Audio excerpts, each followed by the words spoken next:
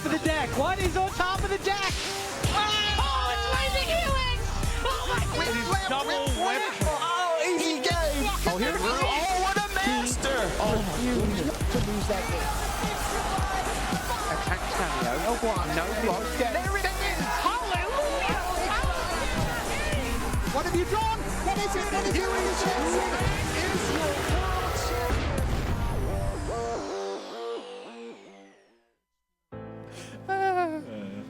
Hello and welcome to coverage of Pro Tour 25th anniversary. Maria Bartholdi, Rich Hagan, and Paul Chian hanging out with you here this morning. And yeah, we've had some good magic already. We're excited to see some more here for day 2. Paul, what are you most looking forward to? I'm looking forward to kind of all the new standard decks that have popped up. You know, oftentimes when a core set comes out, it's like, oh, a couple new additions. But there are a few cards that have drastically kind of changed the face of the format. You know, we have red-black Chain Whirler decks, we have our mono-green Stompy decks, but, you know, really excited to see the Paradoxical Outcome deck and just see how far it can go into tournament. And there's also a spicy brew that we might see in this next round. All right, Rich, how about you? Channel Fireball, very simply, in the team series, complete opposites. You've got Luis Scott Vargas, Paulo Vida Dominguez, and Mike Sigrist at 3 and 4, which is a horrible day 1 for them from what they would have expected. But on the other end, you've got the leaders of the tournament, 3 Hall of Famers, Josh Utter-Leighton, Ben Stark, Martin User, 7-0. Can anyone stop them? If they go the distance and get 60 pro points for winning this thing, maybe they leapfrog everyone else, get into the World Series finals. That'd be amazing. Just Channel Fireball for me. I can't wait to see both sets of teams in action as the day goes on. Well, speaking of teams, BDM is standing by with an update on our team series. Thanks, Maria. Yeah, a lot of work ahead of Team Channel Fireball, but again, that 3-4 record, you know, they can stay in here and do something. But let's talk about the top of the standings, the top 5. Ultimate Guard is the team that everyone's had their eye on, 153 points, commanding lead in the team series. But both teams from Team Ultimate Guard went 4-3 yesterday. Very disappointing results for both of them, especially given the weeks and weeks of preparation that were put into this event. So it'll be interesting to see. They should be fine for first or second, but how are you, Latin, in second place? They are in great shape. Carvalho, Saporito, and Ramau, 6-1. Esper, Bertu, Salvato, and Pato, 5-2. So they're in great shape to secure that second, maybe even leapfrog into the top spot. That doesn't matter. And then at this point, a lot of the other teams are looking to get into the top 4. You have Connected Company, both of those teams at 4-3. You have Masashi, the Yasuoka-led team, 3-4. The Yamamoto team, 4-3. And Genesis, both 4-3. So pretty low turnout kind of events for both a lot of the teams other than Harry Latin. We'll see how things go. Everyone gets to play on day 2. We'll see how that turns out. But, you know, Ultimate Guard and Harry Latin right now looking really good. But you could see a team that maybe gets 2 teams into the top 4 be able to leapfrog into that competition. Thanks so much, BDM. Well, 3 players, 3 seats down in our feature match area. Tim Willoughby's down there to tell us how it's all going to work. Thank you, Maria. We are in our feature match area. You can see our players just shuffling up, getting ready to start. I'm going to take you through exactly how things are going to play out here in our feature match area. For this second day of our Pro Tour, we have 3 members on each team. And of course, at the back here, we've got Standard. This we anticipate being kind of the anchor leg of what's going on in these team matchups. Probably of the 3 formats, the one that's the slowest.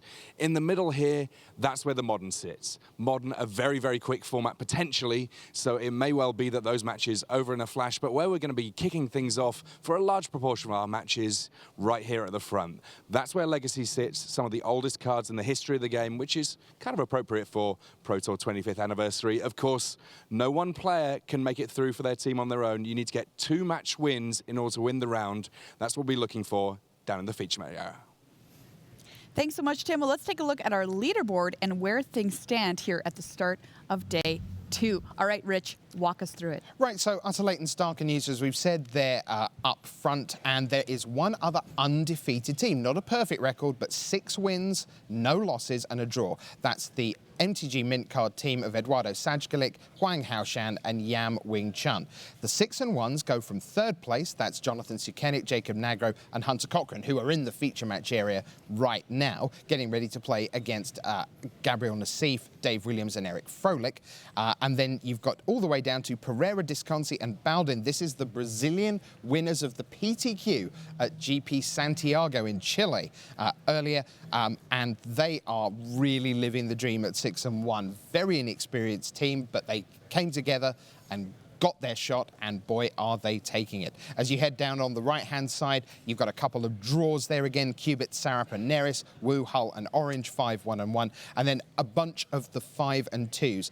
In particular, watch out for the French team of Antoine Ruel, Hall of Famer, Guillaume Waffatapa, Hall of Famer, and Guillaume Matignon, world champion from 2010. Paul, who have you got your eye on at the top tables? Kind of looking at kind of around the 5-2 bracket, we have, Ben Freeman, Andre Strasky, Oliver Tu, a great team there, a lot of talent there. We got Andy Beckstrom, Justin Cohen, and which Kiefer brother? One of the Kiefer brothers up on there at 5 and 2. That's Jack Kiefer. Jack Kiefer. At the lofty heights of 16 years old, as opposed to Quinn, who's still 13. I know, the grizzled veteran of the Kiefer clan. They're sitting at 5 and 2. And then also Angelescu, Wijaya, and Nettles. These are players that maybe they're not as well known, but a lot of these players are kind of the Magic Online grinders, and if you ever play against them online, you're going to have a really tough matchup. Angelescu specifically, I think, is just one of the best legacy players in the world. Right. So here we go then. So we have 7 more rounds today to determine our top 4. There's $1 million of Magic on the line this weekend. It's day 3 of 4. Let's get it started. Here comes round 8.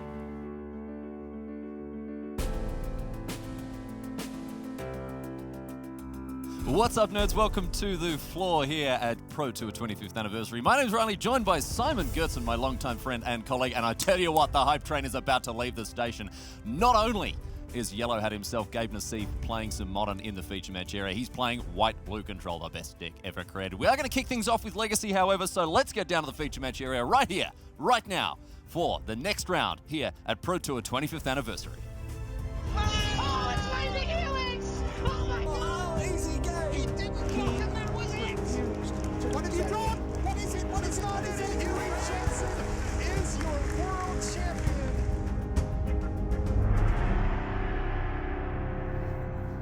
Welcome to live coverage of Day 2 here in Minneapolis. It is Pro Tour 25th Anniversary. Our great pleasure to bring you live coverage of this $1 million event. My name's Riley Knight, joined by my good friend and colleague Simon Gertzen from Germany. Simon, good morning to you. Great to have you along this morning. Good morning, Riley. I'm ready. And the players also seem to be in readiness. We're going to jump down to our first table, the format Legacy, between 2 players that I'm sure you're very well acquainted with by this stage. The team of Sukenik, Nagro, and Cochran went on a tear yesterday, ending at 6 and 1. There is Jonathan Sukenik, one of the most impressive Legacy players I have seen this weekend. His poise, his surgical precision when playing, Simon, it's been turning heads around the tournament. Same. I had the pleasure of watching him for 2 matches straight, high-pressure situations against incredible opponents as well, and how he's piloting this Grixis Delver deck is a joy to watch. It's masterful, and I tell you what, speaking of masterful, let's have a look at his opponent here, Eric Froelich, this guy in the Hall of Fame, a very, very well-known and respected mage here on the Pro Tour, and he is on Eldrazi Stompy. This is a deck that plays 4 Chalice of the Void. It plays all sorts of other disruptive elements, and it's going to be a tough uphill battle if Froelich can get off to a quick start here with something like a Chalice. Especially if he can resolve a Chalice on turn 1 with one of the many lands that produce 2 mana. Karakas, of course, not one of them. No, it would take now a Simian Spirit Guide from Froelich's hand to do it, but it doesn't look like he's got the goods.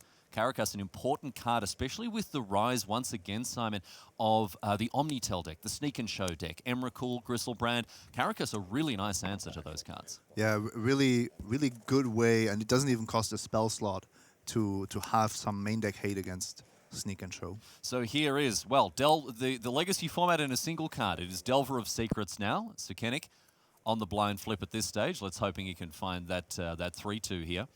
But speaking of 3-2s, Matter Reshaper for Eric Froelich powered out thanks to that Eldrazi Temple. Big flips. What's he got? Oh, no, never lucky. Obviously, the Delver, at its best, when paired with cards like Brainstorm, Ponder, Preordained, sets you up those that not quite guaranteed, but close to guaranteed flip situations. Some of the most powerful instants and sorceries for 1 mana in the Grixis Delver deck. So if you flip your Delver, you're also getting incredible value off your spells usually. Here's one of the other reasons to go into black when playing Delver. It's the very powerful suite of hand disruption spells. Fans of the modern format will know exactly what we're talking about here. Inquisition of Kozilek and Thoughtseize staples in Modern, but also doing good work in Legacy. Inquisition will hit more or less any card in a lot of the important decks, except...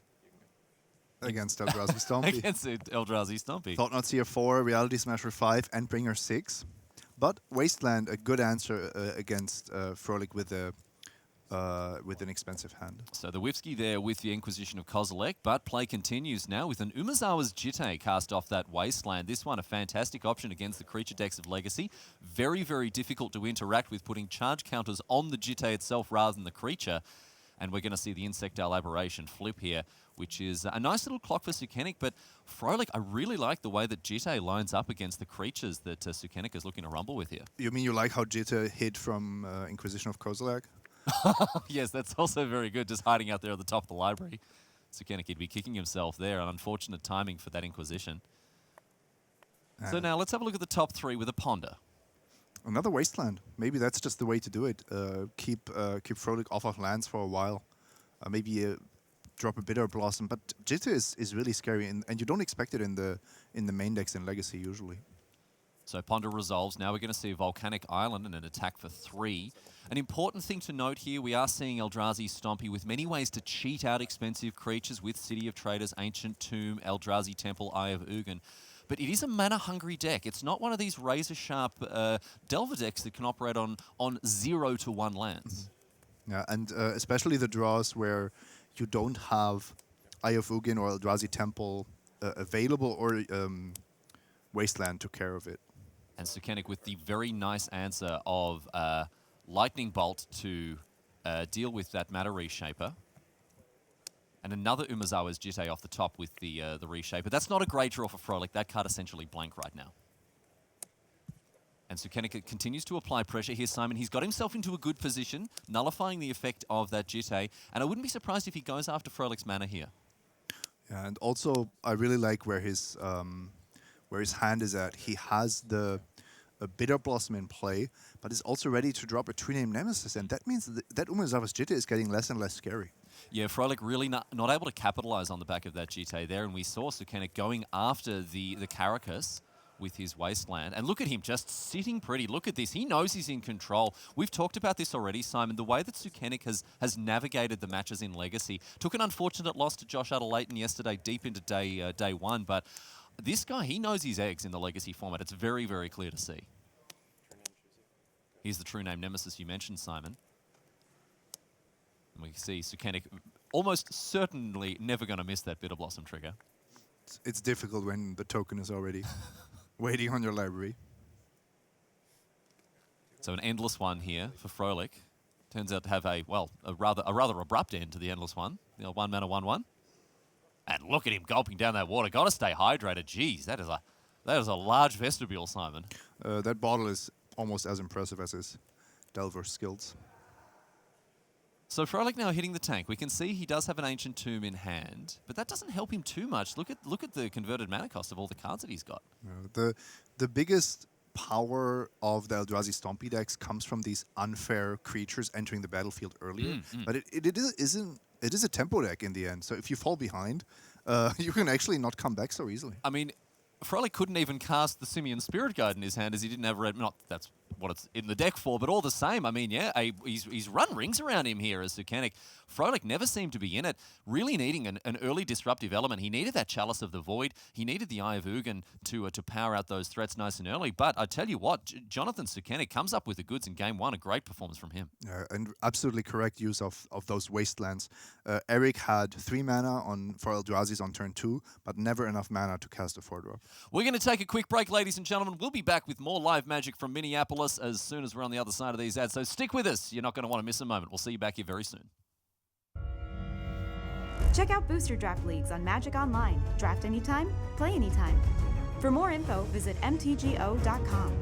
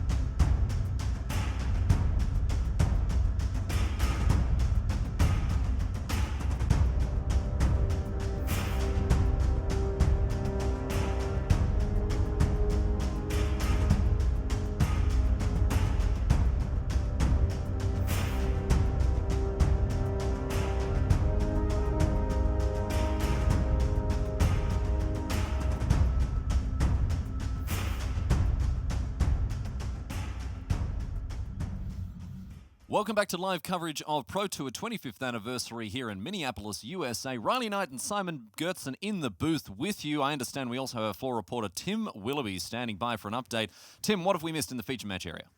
Well, in the feature match area, we've already got game one complete. Jacob Nagro winning game one against Gabriel Nassif. Nassif at no point cast a spell in spite of getting to turn 3 or 4.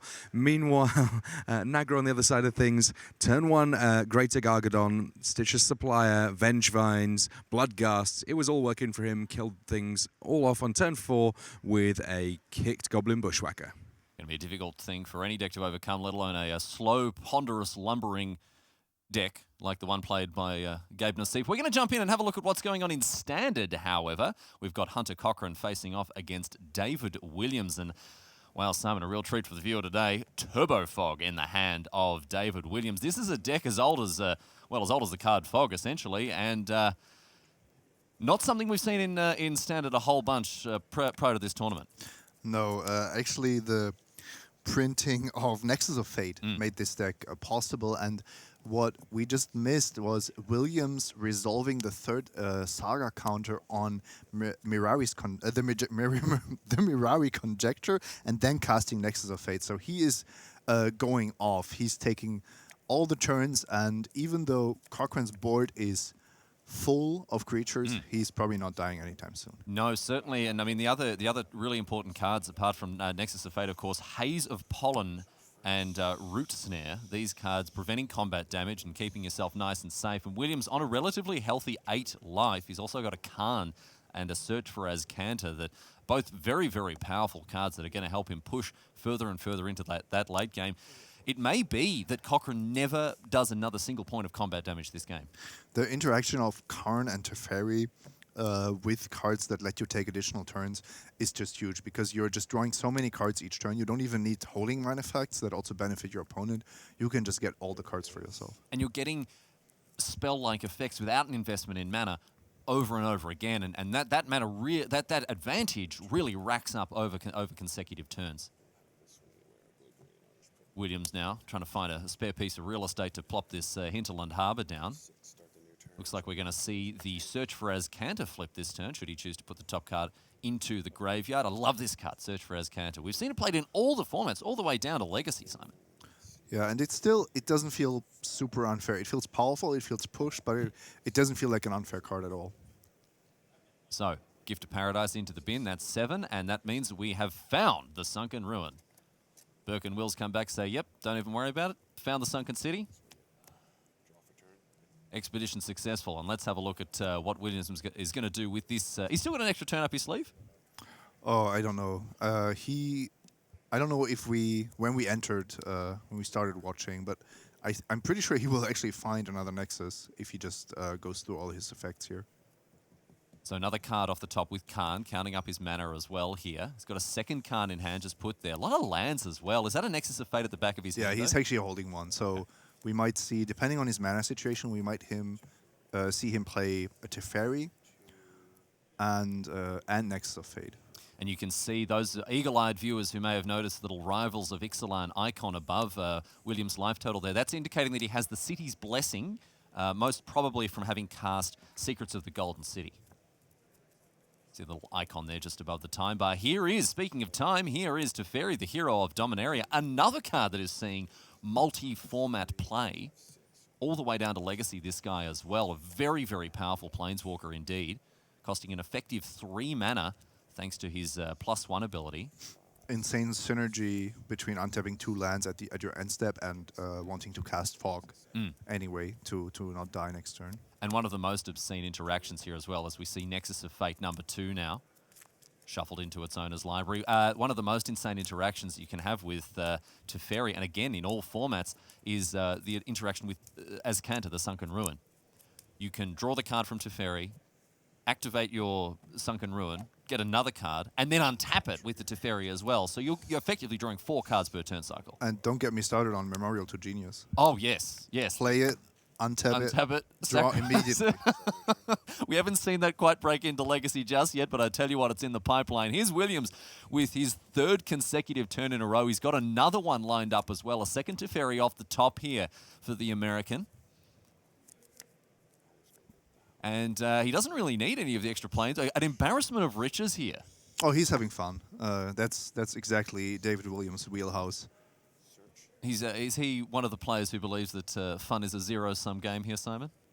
It certainly seems to be the case. It's positive on one side and negative on the other. And another Nexus of Fate here. This is an absolute beating. And Cochran, I think, at this stage is in a position, I think it's a wise move from him. He realizes the jig is up. He's never getting, let alone another combat, he's never getting another turn. So the Turbo Fog deck, piloted masterfully there by David Williams, picking up a win for his side of the of this team event. Because, of course, very important, Gabe Nassif and Eric Froelich both picking up early losses. We're going to jump across now and have a look at what's going on one of these other tables. Currently, the game score, 1 to Sukenik, 1 to Nagro, and then 1 to Williams. So 2 on the left-hand side, 1 on the right. We're going to move over and have a look at Modern. Fans of Gabriel Nassif rejoice. A Hall of Famer reviewer, a famous streamer today, and look at him in that silly yellow hat as well. And he's playing Simon Gertzen, white-blue control. And we will see how what you call the best deck in Modern fares against the newest deck in Modern. Excuse me, I didn't say the best deck in Modern. I said the best deck in Magic. Period. Period. Best deck, full stop, that's it. But yeah, no, you're absolutely right. This is the new hotness. Tell us about this Black-Red Vengevine deck. Yeah, I had to take a double look at the deck list as well, because when you first see it, okay, Vengevine, you want to put it in your graveyard and you want to cast cheap creatures to get it back. That makes sense. But then why do you need Hangerback Walkers and Walking Ballistas? We rarely see these artifact creatures cast for 0 mana, but that's exactly what you want. You are just abusing bridges from below and Vengevines to generate an army as quickly as possible. And maybe we'll see something like that from Nagro on turn 2. Snatching that Rest in Peace is probably a good idea to start with. So Thoughtseize coming out of the board here for Jacob Nagro, and it's a very timely use of the card as well, as we see Rest in Peace. One of the most impactful graveyard hate cards ever printed, I have to say. And it's back to Nassif now with the timely reinforcements off the top. I got the chance to catch up with Nassif. We had breakfast together on Thursday morning. Had some lovely eggs there at a local shop and had a chat about this deck, this Vengevine deck. It's something that was on his radar. It's something that he played with and against in the Magic Online League. So he's certainly across this deck. He knows what's up here. I'm not sure exactly how he thinks white-blue controller's position against the deck, but he'll definitely have a plan for it. I think one of the reasons for him not to play it, because we know that he played Hollow One extensively, one of the reasons not to move to Vengevine himself is that he feels there is a lack of consistency with this Vengevine deck. Based on my very limited experience from the booth from yesterday, it's super consistent. You always have 6 power on turn 1. Yeah, very, very consistent indeed. There's a rough stuff for Nassif. He's found a Terminus, but obviously he'd love to be able to cast that at a better moment. It's not a great card to have in your hand. But hey, this is why he's playing 3 copies of Jace the Mind Sculptor, in addition to something like Terminus, a great synergy between the Miracle mechanic and any effect that lets you brainstorm, put cards back on the top of your library here. Yeah, he should borrow some from Sukenik, just for a moment. So, in the middle of this Serum Visions here. Oh, and top for Nassif, and that's not a good sign for Nagro. You never want to see your opponent go Serum Visions top. Faithless Looting. Now, I want to talk to you about this card, Simon. It's secretly one of the best, not even secretly, it's just one of the best cards in Modern, but yeah, it's such a role player. I think it might... No, I think it's better than Thoughtseize in the format. Sure. From the decks that really want it, of course. You cannot just put Faithless Looting in any kind of deck, but the amount of decks it's currently enabling in Modern is huge. We see it in Hollow One. We see it in Mardu Pyromancer. We see it in any other degenerate graveyard-based deck where it is less... It's not so much draw 2, discard 2. It's draw 4. Yep. Or just draw 2. Or just put 24 cards in your graveyard. Yeah. It's really... really good. And for that reason, a Modern staple. So you might be wondering what that card is with the 10 on it. That's Greater Gargadon. Oh, Greater Gargadon. Yeah. It's been a while. But that card is an interesting piece to the puzzle that is this Vengevine deck. You can sacrifice, in particular, you can sacrifice Gravecrawlers to recast them over and over again, getting zombies from Bridge from Below, and of course getting back your Vengevines. Here's another Faithless Looting now. Another really important element of this Vengevine deck, the ability to sacrifice creatures at instant speed to prevent opposing creatures from dying. If you attack with your 2/1 or whatever, they block with a 2/2, you don't want your 2/1 to kill their 2/2 because then your bridges get exiled. Bridge from Below, super weird card, and having Greater Gargadon, having... the Viscera sometimes sees play. Even something like Insolent Neonate can obviously sacrifice itself. Are ways to ensure that you get the maximum value out of your bridges. Absolutely. Insolent Neonate actually has this really nice rules interaction that if you discard Bridge from Below with its own ability, it will immediately generate a zombie. It triggers... Insolent Neonate triggers itself. It feels kind of like cheating, but that's how it works. That's ridiculous.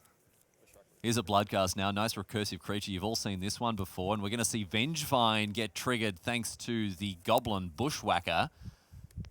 Looks like that was kicked there to give everything haste, +1/+0. So Nassif behind a lonely wall of omens, facing down quite a considerable onslaught here. And you actually did just see this, Walking Ballista for 0 to get Vengevine out of the graveyard. This is an important interaction here. Vengevine requiring creature spells, multiple cheap creature spells in a turn to come back. Walking Ballista and Hangerback Walker performing 2 really weird functions here. First of all, a creature for 0, effectively. But the fact that they come into play and die immediately to trigger the Bridge from Below means that they support synergies with the 2 biggest payoff cards in this deck. So the fact that they are 0/0s is an upside compared to Memnite or Ornithopter. Ornithopter, exactly. You wouldn't want to play an Ornithopter because it doesn't die immediately and trigger the bridge. Welcome to Modern. Welcome to Modern, ladies and gentlemen. Strap yourselves in. If you've not seen it before, it is a bumpy ride, my friends. There's plenty of literature available to read up on the format, get across many of the decks. There's a terrific article series called Level 1 Modern. Not sure who authored that one, Simon, but a great way to get to dip your toe into this fantastic format. Very confusing. Very confusing for new players to first be exposed to Modern. Looking at Nagro's list, he's playing a double green creature Vengevine without any ways to cast it in his deck. Super unintuitive stuff like this, a hallmark of the Modern format. And we will highlight this deck a little more in a deck tag. We'll also do a little feature later today about what to play in Modern, how to decide for yourself which Modern deck is the right one for you. Plenty of options. Modern at a format right now in a position where you actually can play anything you want. A recent spate of bannings and unbannings earlier in the year, Jace the Mind Sculptor, Bloodbraid Elf rejoining the format, means that there are combo decks, there are control decks, there are aggro decks, mid-range decks. Essentially any deck you want to play in Modern, any style of play you enjoy, you're going to find the right fit for you. Even white-blue control. Even white-blue control, if you're a fan of losing a lot, my friends, the deck is ready and waiting for you. Celestial Colonnade continues to be one of the greatest cards ever printed. Right now it's being tapped for mana, however, and Nassif continuing to contest, and this is a great way to get himself back in this game. You can see that Nassif, except for the Rest in Peace, hasn't really drawn sideboard hate cards for the matchup, but he's brought in a lot of cards that he can use to at least fight the fair fight here. Heads up play by Nagro as well, sacrificing 2 of his creatures so that Timely Reinforcements only gain 6 life. No 1/1 soldiers here for Nassif. He's a big fan of Timely Reinforcements. 2 copies in the board, 1 copy in the main as well. Nassif's deck is a little bit of a messy bedroom. He's got a lot of one-ofs. They're kind of all over the place. Just cards like, you know, Wall of Omens chucked in there. There's 1 Mana Leak, of course, just so you can really get him, teach him a lesson, that sort of stuff. 1 Mystic Gate that you see on the screen. But this is a guy who plays with the numbers, streams a lot, loves the deck, and also I'm very, very happy to see a copy of Glimmer of Genius. This is a card that, this is the hill that Nassif has chosen to die on when it comes to draw spells in Modern, and it's good to see him put his money where his mouth is. Looks like another Faithless Looting here for Nagro. It looks like Nagro is running a bit out of steam, only having drawn a single Vengevine and no bridges at all. We've seen absurd, ridiculous, obscene starts with this deck. We've seen 6 power worth of zombies on turn 1. We've seen turn 3 kills multiple times. So it will be interesting to see if this breakout performance here at the Pro Tour ends up making waves throughout the Modern format. The last Modern Pro Tour, you and I saw the Hollow One deck emerge and rise to prominence, and it's found its spot. It's not dominating the Modern format by any stretch, but you've got to respect the Hollow One. You've got to respect the Hollow 4. But this Vengevine deck, it is the newest kid on the block, and so far it has had a bunch of hits. We'll see if it continues. Snapcaster off the top here for Nassif. He's up to 5 mana. Baneslayer Angel in hand for the French Hall of Famer. What are your thoughts on this card? Well, I don't think it's a card that's that can be played in Modern main decks. But if you have this kind of matchup where you're effectively playing against a creature combo deck that will almost not have any way to deal with the Baneslayer Angel, that can be a really good way to delay the game by, I would say, 3-4 turns easily. It's funny to look at a card like Baneslayer Angel and think, geez, it's slow, expensive, and clunky in Modern. But the really, really important thing about this card, Simon, is the number of removal spells it stone cold blanks, right? Fatal Push, never touching it. Lightning Bolt doesn't come near it. Something like Dismember is a great way to deal with it. Obviously, Path to Exile kills more or less everything on sight. But you need to go... you can't play a top-end threat at 4 mana. You can't play a Restoration Angel, for example, here, despite the value you'd be getting with something like a Wall of Omens, because they'll just Fatal Push it, and that's a terrible feeling. 5 is exactly that spot where Fatal Push doesn't touch the Angel anymore. Insanely difficult to kill it with burn spells, of course. Don't get me started about Demons and Dragons. Oh, get out of here. Get out of here. So, Nagro finally finds that bridge from below. For those of you who may have only seen this card for the very first time, I do want to confirm something that didn't strike me with the card for quite some time. It does nothing when cast. But it does have a casting cost. It does have a casting cost. You can cast it for triple black. And it does stone cold nothing on the battlefield, apart from, I guess, providing 3 devotion to black. It does, yeah. If you really need it. You really need to juice up that Nykthos Shrine to Nyx. But so, its only effect is when it's in the bin. Both of these paragraphs are only relevant when Bridge from Below is in your graveyard, and the important thing to remember is really that it only stays in your graveyard as long as no other creature from the opponent's side dies. And we're going to see now Nagro sacrifice a creature, gain a 2/2 zombie. And it's not unusual in some instances to see opponents of the Bridge from Below kill their own creatures themselves with their own cards in order to exile it here. Here's a Bloodghast. follow-up play as well from Nagro, so he continues to flood the board with creatures. But Nassif is sitting behind his Baneslayer Angel. And Nassif, of course, will not have such an easy time killing his creature. His deck is made to exile opposing creatures, maybe cast Terminus, but getting rid of Bridge from Below without Rest in Peace is really tricky for him. Yes, only cards like, Wrath of God, Supreme Verdict as straight-up destroy spells. But right now, I like his position. He's in a decent spot now, sitting behind this Baneslayer Angel. It's going to be very difficult for Nagro to punch a hole through this particular wall. Yeah. And of course, casting Wrath of God when your opponent has a Bridge from Below in the graveyard does have its downsides. So. Oh, because they got all the zombies after? It's a matter of who owns these triggers. Oh, right. Okay. And I've played some Bridge from Below mirrors in my lifetime, and it's a lot of fun. It sounds like it. For the judges. Yeah, okay. Not for the players at the table, necessarily. Here we see Nagro, carefully considering his options. Looks like Nassif, well, to be diplomatic, a considered player.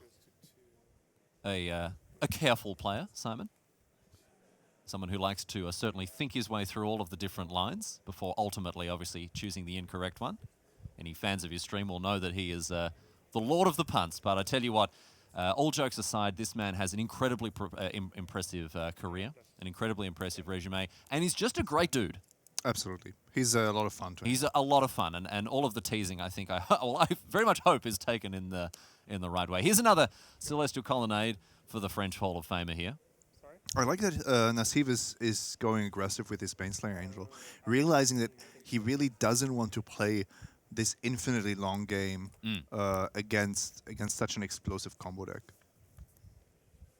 We see him start to nose ahead now. Nagro has taken a fair bit of a pasting. He's on 7, and Nassif feeling a lot more confident about his life total now that it's been buffered. 10-point life swing is no joke here. Baneslayer Angel, just as good now as she was years ago. And Celestial Colonnade might join the party to deliver the final blow.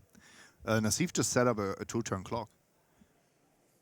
You can see him here, backed up by Eric Froelich, another Hall of Famer there. But I have to say, the team from the comic book store have really held their own against some of the best players, not only in the room, but in the world. They faced off against the triple threat of the 3 Hall of Famers, Utter Leighton, User, and Stark in round 7. They took a loss, and they took it on the chin. And I like the way that they've rallied here, picked up some early wins against these superstars on the right. Yeah, I haven't seen a lot of the games of Cochran, but both Nagro and Sukenik definitely not only know what they're doing, but also I really like their board presence, their behavior. It's clear, it's competitive, it's trying to win without being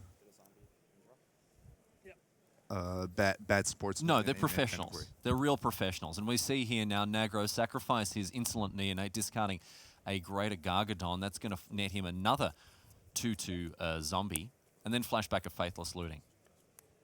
So that is a clear signal, Simon, that he is digging desperately, trying to find the action that he needs. And double Bloodghast being discarded here could add to the board very quickly. Let's see what his next move is. For 1 mana, it is Stitcher's Supplier. This is a new one from M19, and again, seeing play all the way through to Legacy. Zombie Bombardment has welcomed its new little 1 mana 1/1. And it's been a funny old set, M19, hasn't it? Yep. It's it plays out in limited, like just regular, good old-fashioned core set limited. But there are these little cards here and there that are really twisting things around.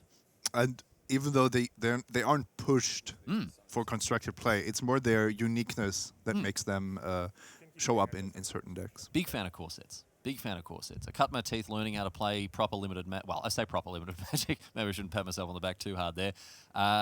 With M13, M14, and I'm very pleased to see him back. It's good, old-fashioned, honest Magic. So, bit of a judge call away from the table there. Nassif checking on a particular interaction, seeing whether or not Nagro could sacrifice more than one thing to the Gargadon at the same time here. Looks like Nagro has been able to pull all of those suspend counters off of the Gargadon, and that brings back the Vengevines as well. Huge hit here, but Nassif, with a path to exile, can line up a block. on 18. Is this enough? He has the path to exile, so I think he's more than safe here. Oh, and a Snapcaster Mage as well to take care of whatever he wants to point it at being flashed back here from the bin. Another path. For those that care about the answer to this judge call, as long as the Gargadon has at least one counter, you can stack the activated abilities. So you can sacrifice your whole board if you really want in to. response, you can do it again, sure. Well, here's a path to exile, and it looks like Nassif choosing to go after both of the Vengevines, just wanting him out of here for good. And then poor old Thiago Chan, he comes in, performs his trick, and then gets rolled over by the Greater Gargadon. Yep. And now Nassif just has a lethal attack with the help of your favorite card. Celestial Colonnade gets in and gets across, and Nagro goes down in game number 2. Nassif navigating that one in very impressive fashion. Baneslayer Angel really the most important, the keystone of that particular game there, and Celestial Colonnade sealing the deal. I have to say, Simon, a slight error on your part. Celestial Colonnade, second favorite card, Sphinx's Revelation number 1, and that is one of the reasons that Nassif, with his Glimmer of Genius, which he contends he's better than Sphinx's Revelation. Well, we'll see. We'll see. We are going to move across now and have a look at, looks like we're heading over to Legacy between Eric Froelich and Jonathan Sukenik here. Now, we saw Sukenik pick up game number 1 with his Grixis Delver list, Simon. And what is Froelich going to have to do to get himself back in this game? He needs the explosive starts, and that's exactly what I'm talking about. Turn 1 Chalice of the Void. Now we are starting to play a fairer game, but actually it's a bit more unfair, except that the tables have turned. Let's talk about the impact of something like Chalice of the Void on turn number 1 against Grixis Delver.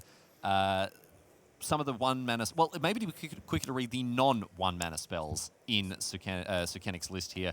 Daze, Force of Will, True Name Nemesis, Bitter Blossom, Gurmag Angler, full stop. Yeah, and how are you going to feed the Gurmag Angler? You have to cast fetch lands, and you have to cast your brainstorms into the okay, chalice. that's also a lot of fun. Yeah. No, what you really need is you need artifact removal from the sideboard. You know you're facing a deck with 4 chalices, and Eldrazi Stompy is actually not the only chalice deck in the format right now. A lot of popular decks playing main deck chalice, so you absolutely need something like a Braid or Kolaghan's Command, depending on your list. Sukenik is playing 2 copies of a Braid. Obviously can't play Shatter, because then that'll just get countered by the chalice itself. So a Braid, a nice flexible option there, can also take down something like a Delver of Secrets in a pinch. Here's Eldrazi Mimic now for Froelich, and it's going to get in for 2. Nothing else for him to add to the board just yet. You can see his hand not great. No, but when you're if you see Chalice Ancient Tomb in your opening hand on the play, you don't care about the other. No, that's very true, especially against Grixis Delver. But again, Sukenik, he is unflappable. You cannot flap this man. We talked yesterday about the way that he has dealt with some ferociously challenging circumstances when playing Legacy, and he just the way that the composition this fella has. And it doesn't seem to make a difference whether he's very far ahead or very far behind. Yeah. You always see this composure and just thinking about what his deck that he's clearly knows how to pilot. He's like the police chief from Brooklyn Nine-Nine. You just can't read this guy.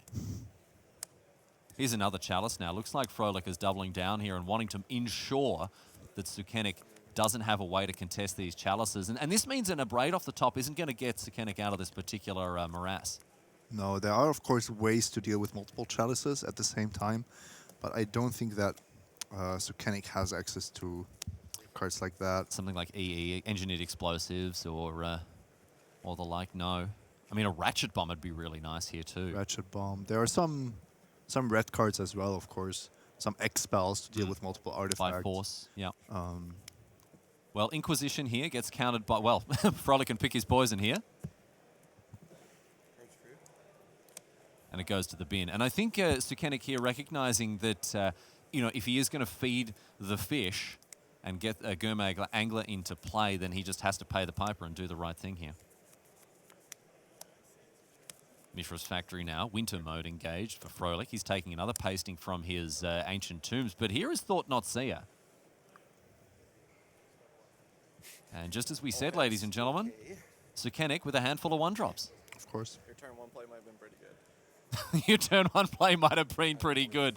That's the high-level analysis from Jonathan Sukenik.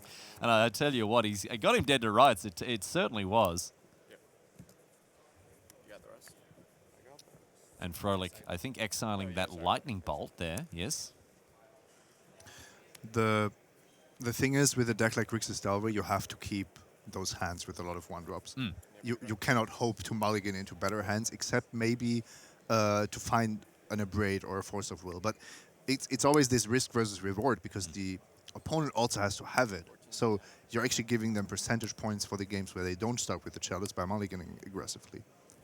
6 lands now. Looks like we might have the end brought, and yes, indeed, Endbringer hits the battlefield here. I don't really see a way for Sukenik to get himself back into this. Delver of Secrets off the top. Here's a Ponder, triggered by the foil one this time, says Eric Froelich. Do you reckon we could try to sneak through another Ponder? No, says Jonathan Sukenik, and he goes down in game number 2. Eric Froelich equalizing, evening things up. So these guys, the trio of Nassif, Froelich, and Williams have won 3 on the trot here. After 2 early victories to the comic book store chaps, their opponents have rallied nicely. And it's a good sign, meaning that especially the sideboarded games are going better for them. Although, to be fair, it wasn't Eric's sideboard cards deciding this game. Let's move over now to Table C, where I'm told that David Williams is on his 4th turn in a row now with Teferi, the hero of Dominaria, finally getting that emblem happening. So it won't be long before most of the permanents on the left-hand side of the screen are exiled. Poor old Cochran just cannot catch a break. And once again, Simon, history repeating itself. Williams on 8, his opponent with a bunch of tap red creatures, and will probably very likely never reach another combat step this game. No, it looks almost like a repeat of the previous game. Teferi, number 2 now. So Williams deciding which card he would like to exile. Look at this. He's got his fingers waving above the buffet of chicken nuggets there, choosing which delicious one he wants to strike. Goblin Chainwhirler, the choice here. And Williams now, from this perspective, it seems to just be academic. Here's the Secrets of the Golden City. Draw 3 cards for 3 mana. Oh, I love it. Exile 3 permanents. Of course, that's the you know, icing on the cake. I think at this stage the cake is more icing than cake. It's a cake that was baked by a 4-year-old who is just super into icing and not so into cake. Williams, 500,000 cards in hand. All the turns in the world. Sun Petal Grove, the play from him here.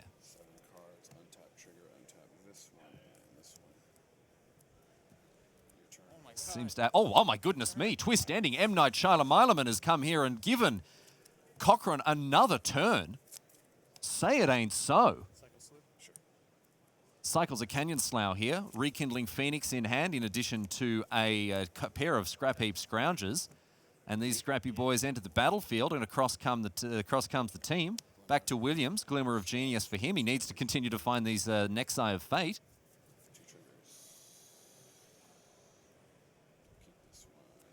So the double scry keeps the Nexus on top. Oh, and just for the extra tilt value, reveals it to his opponent as he draws it here.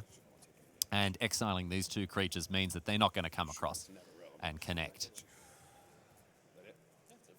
So with the Teferi emblem here, it's going to be very difficult for Cochran to get himself back into this. As Williams draws a card, exiles a Scrap Heap Scrounger. Exiles another Scrap Heap Scrounger. Is there any way for Cochran to win this? Let's ask the Advantage Bar. Let's ask, and it's no sir, says Mr. Advantage Bar. Here is Khan, the sign of Urza. Makes a construct as well, so Williams switching gears here, looking to end the game once and for all.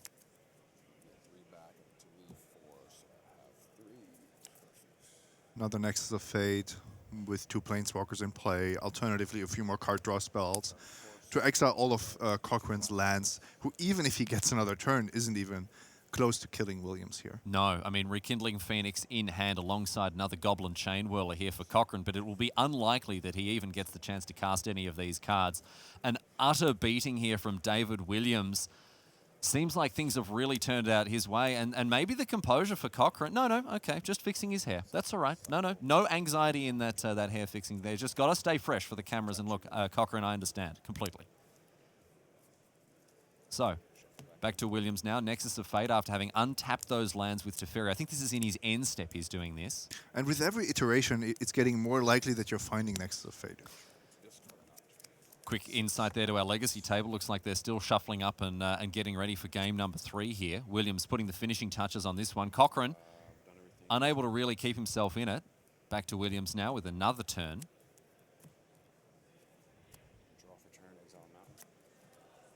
Another mountain hits the exile zone here, Simon. Exiles another mountain with the Teferi. And are we going to see a flawless victory here from Williams? He only needs to exile one more permanent here. He's got another Nexus of Fate in his hand by the look of things. Teferi also hanging out there. I might have found my deck for German Nationals. Gift of Paradise here. 3 more life for Williams. Not that he needs it by the look of things. Handful of lands, but it's that Nexus of Fate that's going to be the real problem here for Cochran. 7 mana. And there it is once again, shuffled into its owner's library. He plays the full 4. Very, very powerful card indeed when put to this sort of use. Quite an incredible performance here. And Cochran with the Lonely Mountain. Smaug has left the desolation and left Cochran without anything to say for himself. 3 cards, 4 cards off the top now thanks to this search for Azcanta. And a Khan's Temporal Sundering, Simon, just to pour some salt into the wound, my friend. And Williams with a Cycling the Haze of Pollen to exile the Mountain 8. This is going to be an incredible win here for David Williams. 0 permanents in play for Cochran. And he is putting Williams to the task, saying, you know what, you've got to get across the line, my friend. I'm not giving you anything for free here. Another Nexus of Fate, and he just slams the non-Nexus card in his hand. He knows what's up. Upstairs with the Teferi as well here. No more permanents to exile. Oh, poor Williams. Can't have it all, huh? And I guess this this goes some way to undo the beating that Williams received at the hands of Shivan Dragon yesterday. I understand that he bought Gabriel Nassif dinner and spent most of it complaining about the turn 6 Shivan Dragon. Well, that was the deal. Dinner for... But the thing is, like, being beaten in such a high-stakes Magic like the Silver Showcase with a turn 6 Shivan Dragon, that's fantastic. You get to complain about that for the rest of your career. That's the gift that keeps on giving. We might have slightly different opinions on competitive Magic, but... Well, competitive Magic maybe. Competitive complaining is something where I think I can completely outstrip you, Simon. Another Nexus of Fate entering the hand here for Williams. This is academic at this point, and I tell you what, Cochran, he's on that Reed Duke tip. He's like, buddy, I'm not conceding. I'm going to sit here a long time, my friend. I'm going to enjoy the warm glow of the spotlight here as you fiddly fart around with your lands, try to find enough pressure to get me dead. Now, these Khan tokens, both of them juicing each other up. They're currently 2/2s. 2 artifacts on the battlefield. Williams not playing any other artifacts at this stage here. Very impressed by Williams' communication as well. Making things very, very clear about what he's doing, where he's at with his turn. And now we're going to see some 3/3s enter the battlefield. And I think this is halved the clock that he had. Oh, another Khan is going to make things even more difficult now for Cochran. At some point, we can even see Karn's Temporal Sundering returning the Karn itself back to its hand, just to get more activations quicker. Yeah, yep. And that is a flavor, certainly a flavor win there. The flavor judges on hand with their scorecards. I'd be very, very happy to see that. Williams now, look at this, a messy old bedroom for him with all of these lands, sends in the Khan constructs, and that is that. Enough is enough, and Cochran bows out. We're going to move back to our legacy table after a warm congratulations there to David Williams for a masterful performance with a very, very cool deck indeed. But let's check in with what's going on in legacy here. We do have we just saw David Williams. We have Jonathan Sukenik and Eric Froehlich going at each other. They're split 1-1 so far. Eldrazi Stompy facing off against Grixis Delver. Simon, what are we going to have to look out for here in the opening turns of this game? Sukenik is on the play. So that's the biggest thing, I would say, because now he has that chance to cast a Ponder, find a Force of Will, or just an Inquisition to take out any kind of chalices that are threatening to come down from Froehlich's side. So, having a good old think about things here, a Ponder to kick things off. And this is archetypical of the Legacy format, Simon. These games are very compressed. They don't last long in terms of turns. They last a while in terms of time, but there is a lot of decisions that get made a lot earlier in Legacy compared to other formats. It's actually a matter of density. It's the decision density which is compressed into fewer turns. But that doesn't mean that this is simpler. You could even say it's a lot more difficult because you only have so few resources to work with, so few mana to work with. We've seen situations in Magic at the highest level where mistakes will be punished unceasingly. If you make a misstep, your opponent will pounce and that blunder will be punished. In Standard, you can recover. Oftentimes you can, you're on the back foot and you've got to get yourself back into it, but you can do it. In Modern, it's harder because the cards are just that much more powerful and missteps are punished to a relative degree. In Legacy, the slightest error can end the game on the spot. Yes, absolutely. And that's why you actually see so many Legacy players be really put a focus on their technical playing abilities. It's also, of course, about strategic foresight, but if your technical abilities are not on point, you're just dropping the game before it even gets... You are hemorrhaging percentage Exactly. points. Yep. And then all your strategic plans are irrelevant because you never get to that point. And this we see so often with cards like Ponder, Brainstorm, Preordain, whatever else. You've got to make such a critical... So many critical decisions within the early turns of the game. And from here, I mean, we see Brainstorm. It is one of the most puzzling and challenging cards to correctly resolve. Sukenik will have cast thousands of these in his lifetime, but every new one is a new challenge.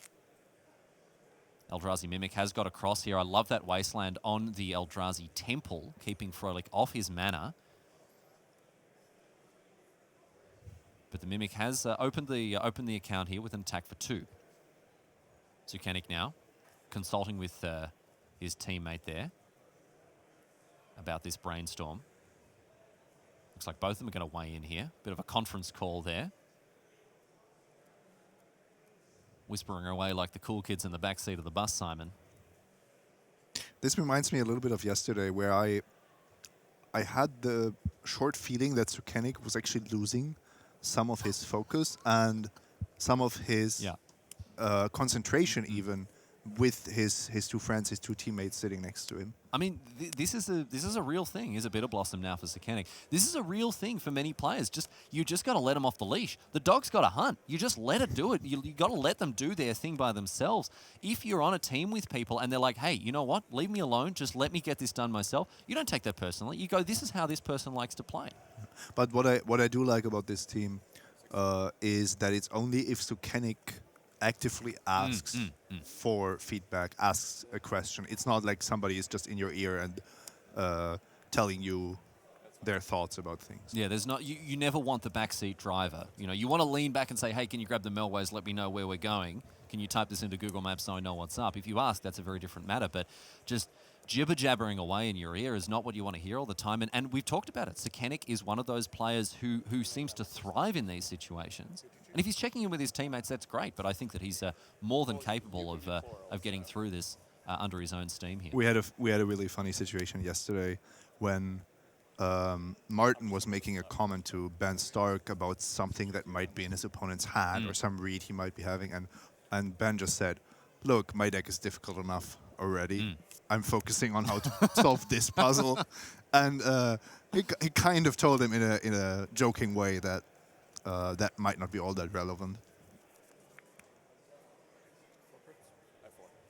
All this dust is a nice card on this board.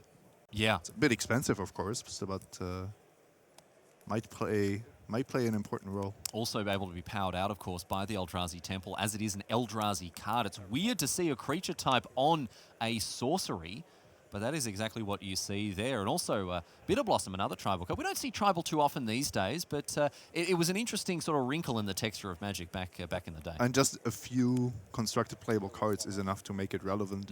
Sometimes, or actually most often for Tarmogoyf, I would say. Otherwise, not so much. Yeah, sometimes you see Tarfire played alongside Tarmogoyf just to get that extra tribal creature, card type in the bin. Or in Legacy Goblins, of course. Sukenik now. A ponder for him. And it looks like he is being a little bit more consultative this time around. If he drops this game, that's it. The match is over and Froelich takes it out for Team Rock and Roll. Or Team Face to Face, I should say. So Sukenik is he's walking a tightrope here. Sorry, that button's broken on Magic Online. Let's just give you the same cards. And now it looks like we may see another one drop in the form of Delver of Secrets. That's that checklist card that came in the Innistrad boosters. And in M19 we see the checklist card. Well, not really a checklist card, is it? Just a single checkbox card. Check card. Yep. For Nicol Bolas the Ravager. And a true name Nemesis as well now for Sukenik. With that Delver of Secrets, a nice little ground force so far. Here's an Umezawa's Jitte. That's problematic. How is Sukenik going to deal with this one? If he doesn't have a counter spell, he needs to stay on defense with True Name Nemesis. That's the best security for Umezawa's Jitte that I see. Now, Umezawa's Jitte, the creature equipped has to deal combat damage, but it doesn't have to be to a player, right? Just combat damage at all, which is unusual for that sort of thing. But the protection from the True Name Nemesis means that the damage doesn't happen, it's prevented, right? Exactly. Yeah.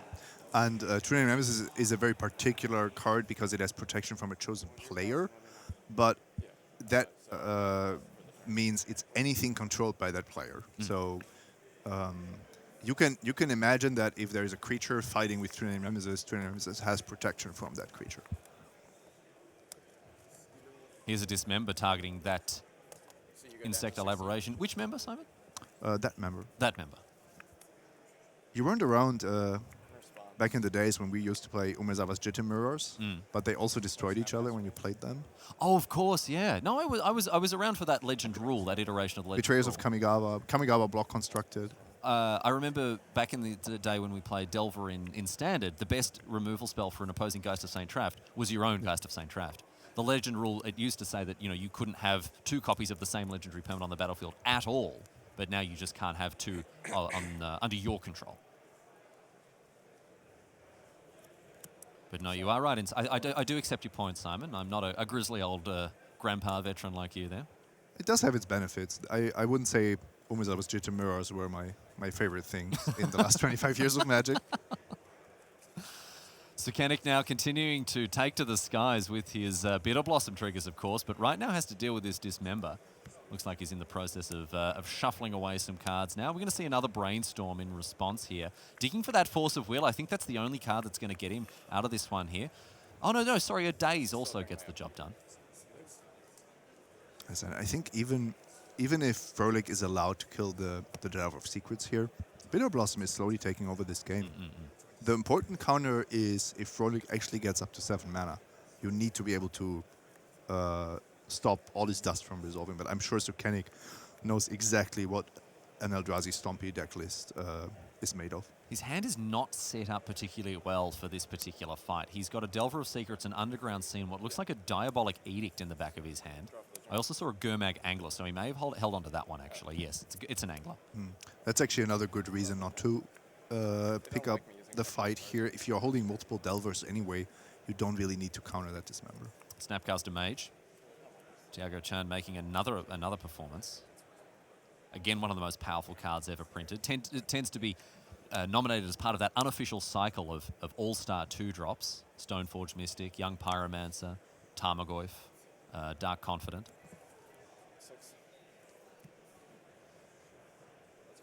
And here's the Gurmag Angler now. A single bit of chip damage here with the Fairy Rogue getting across. How quickly is Froelich going to be able to deploy something like an All Is Dust here? He seems to still be a long way from it. That's absolutely true. And Cavern of Souls only works for creature spells, so it's also not going to help in that regard. There's one Eldrazi Temple. That means he's at 4 mana for Eldrazi spells. You can do the math. It's 3 more lands, and of course every temple will count for 2. Or an Eye of Ugin. So rough stuff here for Froelich.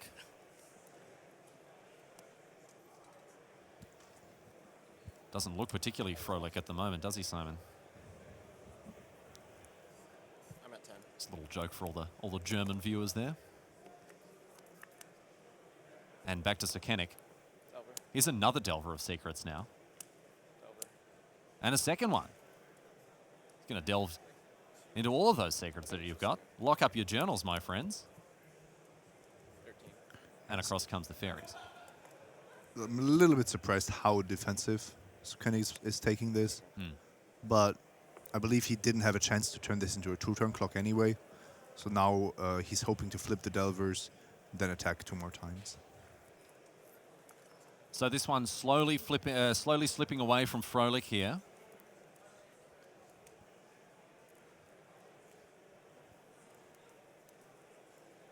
And it looks like with this one wrapping up on the modern table, which we may get across to before very much longer, there has been an explosive start from the Vengevine deck. I'm led to understand there is 7 power on the battlefield, Simon, on turn number 2.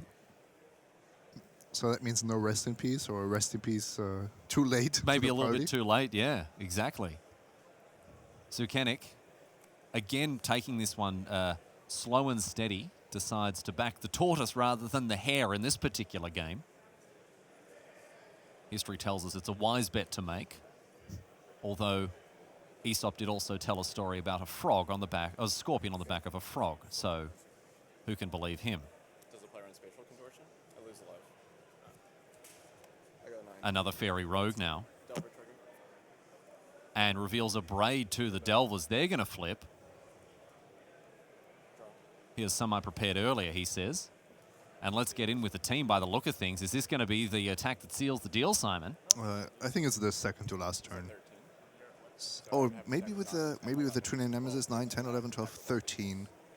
Yep. Sukenik has lethal, but only if he's sure that Froelich cannot interact. You actually heard them talk about which cards the Eldrazi Stompy deck could still be holding.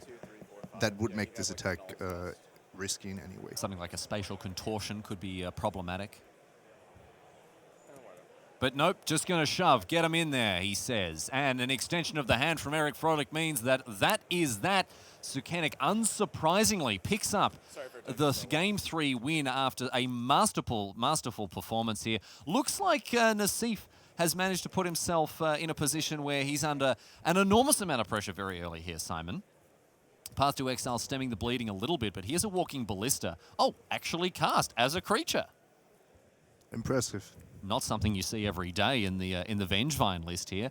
Nagro, 2 cards in hand for him here. Trying to find out what was exiled with the path. Might have been looks like a grave crawler was exiled there. The eagle eyes of Tim Willoughby feeding us the information that we need to know. Here's a timely reinforcements, and this is the sort of stuff that Nassif needs to keep himself in this game. This is the perfect time to cast it, of course, on curve, but already both modes enabled. You gain the 6. 3 1/1s, hugely relevant on this board, but still there is a bridge from below in Nagro's graveyard. Even that Walking Ballista we were joking about it earlier as a 0 mana 0/0, but maybe just pump it once and get in there if you have nothing better to do. Nassif attempting to pop the shields up here. Certainly commend him on his deck choice. Can't commend him on his choice of basic lands. White-bordered islands, my friend. What are you doing? So now we see the Walking Ballista pinging the Stitches Supplier, and that's going to create 2 zombies and mill 3 here. But some not great hits there for Nagro. Thoughtseize double supply. He was looking for Bloodghasts. He was looking for Vengevines. Couldn't find them this time. also faithless lootings. Sure. Flashing back faithless looting to get rid of those the Vengevine in your hand would have been great as well. So, Nagro now, Blood Crypt. Nope, ew, thinks better of it here. Vengevine in hand, he needs a way to put that in the bin. As we discussed before, Simon, a very counterintuitive element of this deck is that it can't cast the Vengevines. It can only get them into play from the bin. But here's a kicked Goblin Bushwhacker. Where did this one come from? And Nassif now, all of a sudden, has got to line up some blocks. He's in big trouble. Yeah, if Nagro was already holding the Bushwhacker, I would have liked to see him wait with that kill my own creature line, because he would have been able to do that after his draw step with full information. Still looks like he's super far ahead, though, with the amount of damage that he's piling on. If Nassif doesn't have a Wrath effect, he's in real trouble. Yeah, this is going to be rough stuff here for the French Hall of Famer, who's got some important decisions to make when it comes to lining up his creatures. But a Settle the Wreckage is exactly what he wants here. He's got the lands to cast it as well. He just needs to get through this turn. And, you know, Simon, what I'm going to find so interesting is the way that Jacob Nagro plays around, or maybe doesn't play around, the one of Settle the Wreckage. That he might not even know about. Well, no matter what happens here with Nagro and the way that things pan out, we are going to grab a hold of him, do a deck tech on this Vengevine list. You mentioned it was in the pipeline, Simon. We're very happy to bring it to you around the world, wherever you've chosen to join us. Thanks for sticking with us throughout the coverage of Pro Tour 25th anniversary, live from Minneapolis, USA. Riley Knight and Simon Gertzen in the booth. What a pleasure it's been to have your company so far throughout this weekend. And of course, the party don't stop till Sunday night. We're hoping you'll be with us until then. Right now, of course, this is the deciding game of this match in round 8 between Nagro and Nassif. Their teammates have split the difference. Sukenik in Legacy picking up a win, Williams in Standard picking up a win. So it all comes down to this. You'd think that if Nassif can untap, have that 4 mana available for the Settle the Wreckage, then, well, there's a lot of wreckage to settle here. But he has to get there first, Simon. Yeah, and you know what the most important part is here? With all your blocking and the discussion between teammates there, I saw Froehlich sit next to Nassif. I don't know if Williams is also there. You absolutely cannot give away the fact that you're holding Settle the Wreckage. Because if you do that, then Nagro has the read and can play around it. I don't think, Froehlich's not going to be like, oh no, just take it, whatever, we got the settle him next turn, it's fine. Froehlich is a bit more experienced. Probably than a little that, bit more experienced. But even your blocking decision and how you reach that decision is super relevant. Look at this though. Nassif is choosing to play another timely reinforcements, go back up to 12, flood the board with more soldiers. And he actually, the block he went for was the quote-unquote value block. Yeah. He didn't chump block or anything. No. He went for he also didn't go for Bloodghast because they are always threatening to come back. We might see a similar block here again. Also disguising the Settle the Wreckage very neatly there, playing the Hallowed Fountain tapped is going to give him 5 untapped mana next turn, which rings fewer alarm bells, I have to say. So now, Nassif can line up the blocks with the soldiers here. We'll see how he wants to progress. And there's no more bridge in the graveyard, so now blocking that Bushwhacker is a safe bet. Yes, the death of the soldiers in the previous turn meant that the bridge had to be exiled. Again, one of the weirdest cards you're likely to play against, apart from something like, I don't know, Aura Swap, Paradox Haze. One of the weirdest constructed cards you will play against. So Nassif. I'm surprised why this block is now taking so long, because now you're leaking a bit of information once again. I think with casting the timely reinforcements, the block should have already been clear. So it looks like Nassif is just going to line up the blocks here. Two of the soldiers chumping, one of the Bloodghast being taken down. Of course, it won't be too long before it rears its head once again. Back to Nassif now. He does have an untapped land in hand. A couple of them, in fact. Click and Settle as well. He's really selling this. He is really selling this. He's like, he's got his slick back ponytail in the used car lot, and he's just being like, oh, you got to buy me. You got to buy this Settle the Wreckage. There's no cruel ultimatum to get him out of this one. Let's see if land Snapcaster timely reinforcement. He's going to do it here. Yeah, he's going to cast another timely reinforcements. Nassif opting against the settle. He's looking to get maximum value from it. And I love the way that he's doing it too. The value train just doesn't stop. Just doesn't stop. It's an express service, ladies and gentlemen. We hope you enjoy your ride to Value Town. The Lord Mayor being, of course, Gabriel Nassif. Here's a Greater Gargadon being suspended. Obviously, caught smoking behind the cricket nets. It's going to be suspended for a little while here.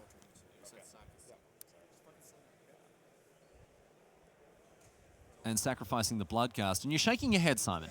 Nagro just sacrificed the Bloodcast, realized that Nassif is at 15, not below 10 anymore. Oh, no. And wanted to take that back, and that's not how we do it at the Pro Tour. No. I mean, that's not how I do it when at my casual commander group either, so it's not going to get you're not going to get away with it here. We all know you are a cutthroat Magic player. Listen, the rules aren't going to enforce themselves, Simon. You've spent too much time in Germany. Nassif now lining up the blocks here. Looks like these, this is just the full-on value mode block here, going to take care of all these creatures. This one slipped away from Nagro. We've sat here just champing at the bit, waiting to see this settle the wreckage, absolutely ruin Nagro. He hasn't needed it. Nassif just hasn't needed it. And that was really nicely played by Nassif, and somehow feels like Nagro didn't capitalize on the early advantage that he had. Nassif ultimately opting to take 2, keep those soldiers around for future use, perhaps. And the Snapcaster also going to hit the bin in addition to that final soldier. Nagro brings back his Bloodghast. Of course, they don't have haste, given the fact that Nassif was above 10 this entire time. What can he find here? He's still got a Cleek. Is that a Baneslayer as well? Going to slam it into play. Very emphatic play here from Nassif. He knows he's in the driver's seat. He's hungry for this victory. And he's ready to punish Nagro, whose deck just hasn't done what it was supposed to do. But let's give credit to Nassif. Like this, I want to give credit to him for what may have been the fastest play he's ever made. Also true, but this sideboarding, using 3 timely reinforcements, finding the Baneslayer just in time before even having used any of your mass removal spells, agonizing over these blocks which seemed almost irrelevant, giving his hand. It's a joy to watch. Back to Nassif now. After Nagro plays another Bloodghast here, it's not doing too much. Old Baneslayer comes across, get you for 5. Gain 5 myself, says Nassif. Don't mind if I do. How about these apples, my friend? Nagro, time running very short for him here. He's got to find something. Faithless Looting's a great place to start. 2 cards off the top, Greater Gargadon. And a Bridge from Below, also discarded to the Looting along with the Vengevine. That's good. That's really a great start. You have 1 card left? Nassif confirming the single card in Nagro's hand there. It is a Greater Gargadon. And so Nagro now in a position to generate a huge army of zombies thanks to that Bridge from Below. But Nassif, he's just taken to the air. He's got the air superiority. Taking to the skies, Simon. Yeah, but this is not over yet. You can flashback another Faithless Looting. If you can find a creature, you might only have 1 card in your hand, but the Greater Gargadon, you can just sacrifice everything and it will also go off suspend. Now, Settle the Wreckage is going to be a problem card, but Nagro, of course, doesn't know that. And I have to say that Nassif has navigated this masterfully, as you would expect from a player of his caliber. But holding off on that Settle the Wreckage, finding an alternate, not just hitting the easy mode button, attacking with a lot of creatures, settle the wreckage them away. He scrapped. He dug in deep for it. He got the maximum amount of value out of those timely reinforcements, and now he's sitting pretty behind a Baneslayer Angel. Also, Nagro now not giving up. He knows that he's still in this. He knows that he's still got a sniff, even if it is only a gust on the wind. He absolutely is. There's a Gravecrawler, for example, that can be cast, so it will count as the first creature for Vengevine, and then if your Gargadon enters the battlefield, it's the trigger you need. So Nagro casts the Gravecrawler from his bin. Anyone playing Magic in 2012, 2013 will remember how oppressive and horrendously difficult to overcome that card was. How many of the Bloodghast have Nassif also holding 2 copies of Vendilion Click, which, in conjunction with the Baneslayer Angel, could get across for 8 here, Simon. Is that going to be enough? Well, Nassif just has to survive this turn, and I think the Settle the Wreckage is going to do that. The interesting part is how aggressive is Nagro with his Greater Gargadon, but blocking flyers is not something that this Vengevine deck really does. So, Nassif there, you could see, he was thinking about casting a Vendilion Click, one of the 2 he has, and yes, indeed, he does cast it. And he's going to have a look at his opponent's hand, or maybe he wants to get rid of that click in his own hand. Okay, he's going to target himself, get rid of the Vendilion Click, the extra one, and draw another card. See what he can find here. Didn't get a great look at that. It looked like an island. Yeah. Looked like a white bordered island. So, Nassif now with a lethal Air Force on the battlefield. Nagro tapped out. He can generate some value with the bridge from below in his yard, but none of those contest the air here. So Nassif takes the hit down to 10, and now Nagro, pedal to the metal thanks to this Greater Gargadon. Going to generate a bunch of zombies here. What's his plan? I mean, he doesn't have a way out. He's facing a lethal attack in the air. That's what I think, yes. Well, unless there's something we've missed here, Simon, as the Bloodghasts now come back thanks to the landfall trigger. And that can be done 3 more times, but it's not enough. Gabriel Nassif with a huge attack. 8 in the air. Baneslayer Angel. Vendilion Click, and that is that. White-blue control wins the day against the new black, the Vengevine deck in Modern. An impressive performance from Yellow Hat himself. Yeah, and you can't let that happen. If you're playing a team event like this and you face white-blue control with your Vengevine deck and there's no rest in peace to be seen, you have to win the game for your team. It's especially, yeah, in such high-stakes Magic like that, you would think the Vengevine deck would be really in a position to capitalize on what white-blue control was up against. But Nassif, at the end of the day, an incredibly worthy player, one of the greatest that we've seen, and a masterful navigation of some choppy waters from him today. Absolutely. Really good stuff. We are going to check in back with more action in the feature match area before very much longer. But right now, it's back to the desk after this.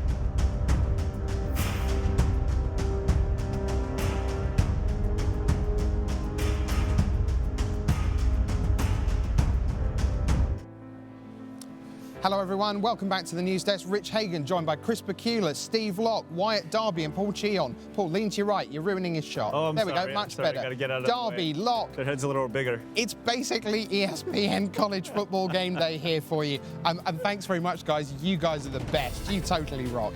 So great stuff. Welcome back. You see, even amongst $1 Million Magic Weekend, there's time for fun and laughter. Out on the floor, though, serious business. Shahar Shenhar up to 7-1. He's with Brian David Marshall. Thanks, Rich. I'm here with two-time world champion Shahar Shenhar.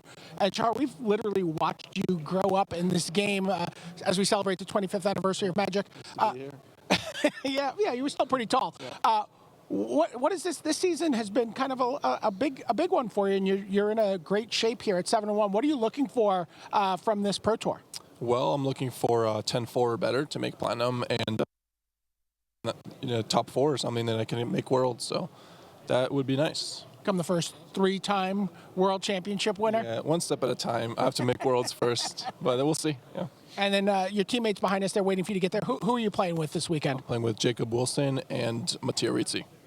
And, I liked Mattia Rizzi's attitude. He said, we're looking to get 3 players to the World Championship. Of course, if they win, we're going to get you guys onto the floor. You've got some shuffling and hopefully no mulliganing to do here. So good luck the rest of the way to you and your team. All right, thank you. Bye.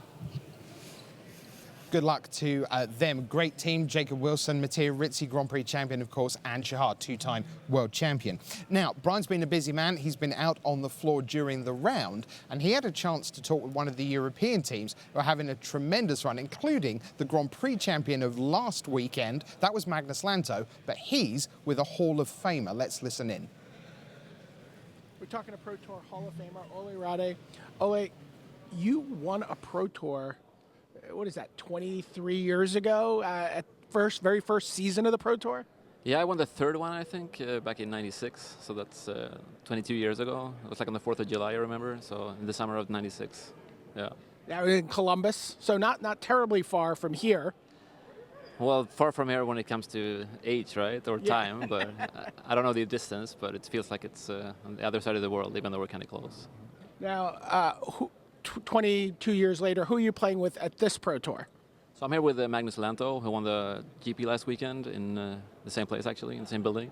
Yeah. And another good Swedish friend, Per Nyström, who qualified with another team, but he ended up joining us for this one. What's it like still going to play at a Pro Tour? I mean, obviously the hair has changed. You had very long hair. You were a very young man at that time. What else has changed over these 2 decades of playing at the Pro Tour? You mean in Magic or in life? You can give me either answer. Well, I guess the game has evolved a lot, right? It's not the same game that it used to be, and the players are much better. I mean, even ever since Magic Online was a thing, everybody's a lot better. And it doesn't feel like, I mean, I'm one of those old players who used to be good, right? And you had an edge back in the days, but these days, I mean, everyone's so good, it's hard to compete with the new players.